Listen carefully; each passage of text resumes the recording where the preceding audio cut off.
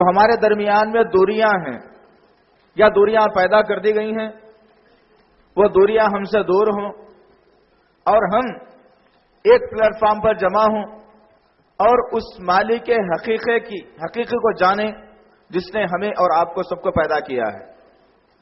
ہر انسان چاہے کسی مذہب کا ماننے والا ہو، اس سے اگر ہم سوال کرتے ہیں کہ بھئی ہمارا پیدا کرنے والا کون ہے، تو کسی نے اس مندر میں رکھی ہوئی مورتی کی طرف اشارہ کر کے یہ نہیں بتایا کہ یہ ہے، ہر انسان نے کہا کہ اوپر والا ہے۔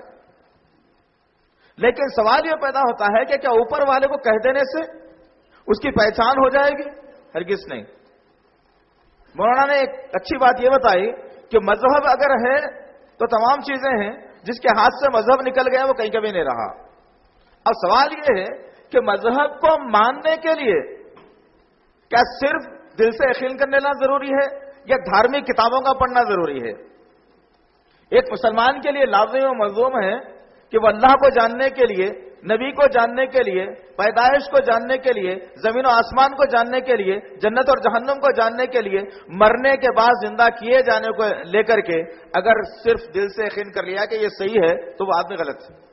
اس لیے کہ اس کو ضروری ہے کہ وہ اپنی جو ماننے والی کتاب ہے، قرآن حکیم، قرآن مجید، جس کو نبی کے قلب تر پر نازل کیا گیا، اس کو پڑھے گا تو خلاصہ ہوگا کہ میں کس کی عبادت کروں اور عبادت کیسے کروں، وہ نبی کون ہے جس کو میں مانوں، کیا ان کے علاوہ میں کسی کو اہمیت دیکھ سکتا ہوں یا نہیں۔ تو مختصر یہ کہ ایسے اجتماعات منعقد کرنے کا ابو ہریرہ ایجوکیشن سوسائٹی کا مقصد یہی ہے کہ یہ جو دوریاں ہمارے درمیان میں ہیں وہ دوریاں ختم ہوں اور مالک حقیقی کی پہچان ہمارے درمیان میں ہو، تاکہ یہ دھوکے کی زندگی سے نکل کر ہم حقیقی زندگی کی طرف آ جائیں انشاءاللہ۔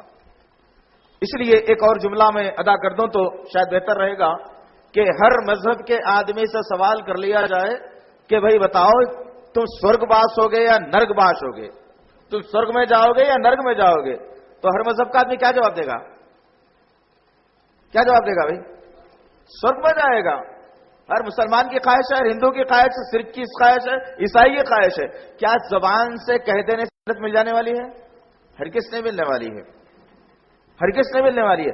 جب تک کہ معبود حقیقی جو تمہیں پیدا کیا ہے، جس نے تم کو اپنی ماں کی کوکھ میں 9 مہینے تک رکھا ہے، جس نے تمہیں بچپن میں ایک اشارے پر تمہاری ماں کو عقل دے دی کہ تم کو دودھ کی ضرورت پوری کرتی ہے، تمہاری غلاظت کو دور کرتی ہے، غرض کے ہر چیز کی قدرت جس کے ہاتھ میں ہے، رب العالمین خدا ایشور جس کو کہا جاتا ہے، اس کی عبادت جب تک کہ ہم خالص نہیں کریں گے، جب تک کہ ہمیں سورگ ملنے والی نہیں ہے۔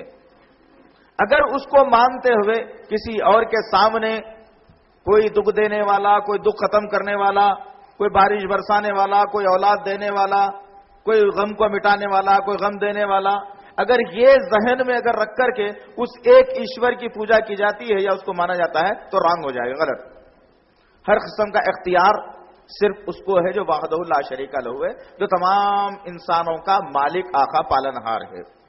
تو آج کے پروگرام کا خلاصہ یہی تھا کہ ایک اللہ کو مانا جائے، اس کی ذات اور صفات الوہیت میں کسی کو شریک نہ کیا جائے اور اس کی بات پر یقین کیا جائے۔ تو میں تمام بھائیوں کا تہ دل سے شکر گزار ہوں کہ جنہوں نے اپنا قیمتی وقت نکال کر یہاں پر ایک اہم عنوان اور گفتگو کو سننے کے لیے جمع ہوئے، اور میں شکر گزار ہوں ہمارے مولانا فضیلۃ الشیخ جلال الدین قاسمی صاحب کا بھی کہ انہوں نے بھی اپنی بے پار مصروفیتوں کے باوجود یہاں ہمارے پاس وقت دیا اور ہم کو ایک زرین کلمات سے نوازا۔ اللہ سے دعا ہے کہ اللہ تعالیٰ ان کے علم میں اور اضافہ فرمائے انشاءاللہ۔ اور میں ایک اور جو ہے تنظیم یا آرگنائزیشن یا سوسائٹی جس کو کہا جاتا ہے، اس کا بھی ممنون مشکور ہوں۔ محتاج تعارف تو نہیں، لیکن کہہ دینا بہتر ہے کہ MMC مسلم متحدہ کونسل کا بھی میں شکر گزار ہوں کہ جنہوں نے ہمیں یہ موقع دیا کہ آپ سب کو ایک جگہ جمع کریں اور آپ کو ایک عظیم الشان اور ایک بہترین عالم کو بلا کر توحید کا پیغام مسلم اور غیر مسلم تک پہنچائیں۔ میں بالخصوص شکر گزار ہوں جناب شکیل دیانی صاحب کا اور حسین بام صاحب کا، فیصل بام صاحب کا، کہ جنہوں نے یہ زرین موقع ہمیں دیا ہے۔ بہرحال اس قسم کے اجتماعات انشاءاللہ تعالی اور بھی آگے ہوتے رہیں گے۔ ایک اور بات کا شاید میں ازالہ کر دوں تو بڑا بہتر رہے گا، اس لیے کہ ابھی مولانا نے جو آخری حدیث ہمیں سنائی ہے وہ حدیث بڑی جامع اور وزندار حدیث ہے۔ اگر وہ سینے میں اگر ہمارے بیٹھ جائے تو انشاءاللہ سب کی سبھی کامیابی کا راستہ ضرور ڈھونڈیں گے، وہ ہے دل۔ اب ہم نے دل کو بدنام کر دیا، دل چاہ رہا تھا پکچر دیکھ لیا، دل چاہ رہا تھا گانے سن لیا، دل چاہ رہا تھا موسیقی سن لیا، دل چاہ رہا تھا دوست کی شادی میں ناچ لیا، دل چاہ رہا تھا کوئی اللہ کا دربار چھوڑ کر کہیں اور سر کو جھکا لیا۔ یہ تمام تر چیزیں الزام لگا دیا دل پر ہم نے۔ حقیقی طور پر دیکھا گیا تو دل یہ ساری چیزیں نہیں کرتا، کیونکہ دل کو اللہ تعالیٰ نے پاک صاف بنایا ہے۔ دل پاک ہوگا تو جنت میں داخل ہوگا آدمی، تو دل برائی نہیں چاہتا انشاءاللہ العزیز۔ اسی ضمن میں بعض لوگوں کے ذہنوں میں، دماغوں میں یا ایک فطور جو ہے، جو جن کے ذہن سوچ و فکر سے خالی ہوں یا علم سے خالی ہوں، وہ معاشرے میں ایک عجیب سی گندگی پھیلا رکھے ہیں، یہ کہ ایک عنوان یا ایک نام بورڈ پر لکھ دینے سے جنت مل جائے گی۔ ایسا ہرگز نہیں ہے۔ نام چاہے کچھ آپ لکھ لو، عمل آپ کا درست نہیں ہے تو کچھ بھی نہیں ہے انشاءاللہ علیہ۔ تو غرض مختصر یہ ہے کہ ابو ہریرہ ایجوکیشن سوسائٹی کا مقصد یہی ہے کہ لوگوں میں خالص توحید کی دعوت پہنچے اور رسول اللہ صلی اللہ علیہ وسلم کی تعلیمات لوگوں میں عام ہوں، لوگ شرک سے بچیں، بدعتوں سے بچیں، بیجا رسومات سے بچیں انشاءاللہ العزیز۔ اور میں آخر میں اللہ سے دعا گو ہوں، وہ اللہ سے دعا کرتے ہیں۔ اور ایک بات میں عرض کر رہا تھا یہ کہ دو کمزوریاں ہمارے پاس بڑی خطرناک ہیں۔ پہلی کمزوری یہ ہے ہمارے پاس کہ ہم سلام جب کرتا ہے کوئی مقرر ہو، کوئی عالم ہو یا کوئی اسٹیج پر سے، تو اس کا جواب سننے کو نہیں ملتا۔ یہ سراسر اللہ کے کلام کے خلاف میں ہے۔ سورہ نساء سورہ نمبر 4 آیت نمبر 86 اس بات کی گواہی ہے۔ میں تفصیل میں جانا نہیں چاہتا، گھر جا کے دیکھ لینا انشاءاللہ تعالی۔ دوسری جو بات ہے یہ کہ جب دعا کی جاتی ہے تو ہم سمجھتے ہیں کہ صرف سورہ فاتحہ پر ہی آمین بولنا چاہیے۔ ذہن ہمارا ہے کہ جب امام سورہ فاتحہ ختم کرے تبھی آمین بولنا چاہیے، ایسا نہیں ہے۔ اگر کبھی موقع آتا ہے اجتماعی دعا کا تو ہم ضرور آمین کہہ سکتے ہیں انشاءاللہ تعالی۔ تو آمین اتنی زور سے کہیے کہ جو آمین نہیں کہنے کے قائل ہے وہ بھی آمین کہنے کے قائل بن جائے انشاءاللہ۔ الحمدللہ رب العالمین، اللهم صل علی محمد وعلى آل محمد كما صليت على ابراہیم وعلى آل ابراہیم انك حمید مجید۔ اللهم بارک علی محمد وعلى آل محمد كما باركت على ابراہیم وعلى آل ابراہیم انك حمید مجید۔ ربنا ظلمنا انفسنا وان لم تغفر لنا وترحمنا لنكونن من الخاسرين۔ ربنا آتنا في الدنيا حسنة وفي الآخرة حسنة وقنا عذاب النار۔ اللهم احفظنا من كل بلاء الدنيا وعذاب الآخرة۔ اللهم احفظنا من كل بلاء الدنيا وعذاب الآخرة۔ اللهم احفظنا من كل بلاء الدنيا وعذاب الآخرة۔ یا الہ العالمین، تو ہر ایک کے دل سے واقف ہے، تو ہر ایک کے دل کو جاننے والا ہے۔ اے میرے پاک پروردگار، خالص نیتوں کو صاف کرتے ہوئے یہاں پر یہ اجتماع منعقد کیا گیا ہے میرے اللہ۔ اے میرے غفور الرحیم، اے میرے پاک پروردگار،